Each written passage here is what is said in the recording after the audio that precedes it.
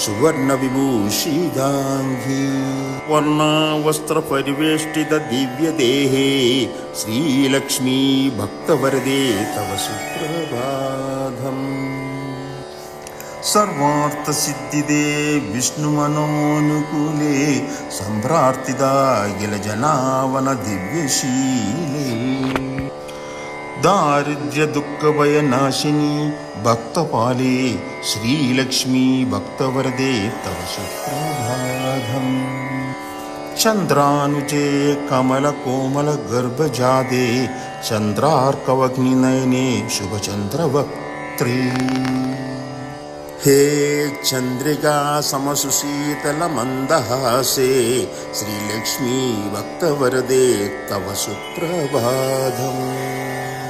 श्री आदिलक्ष्मी सकलेप्सित दान दक्षे श्री भाग्यलक्ष्मी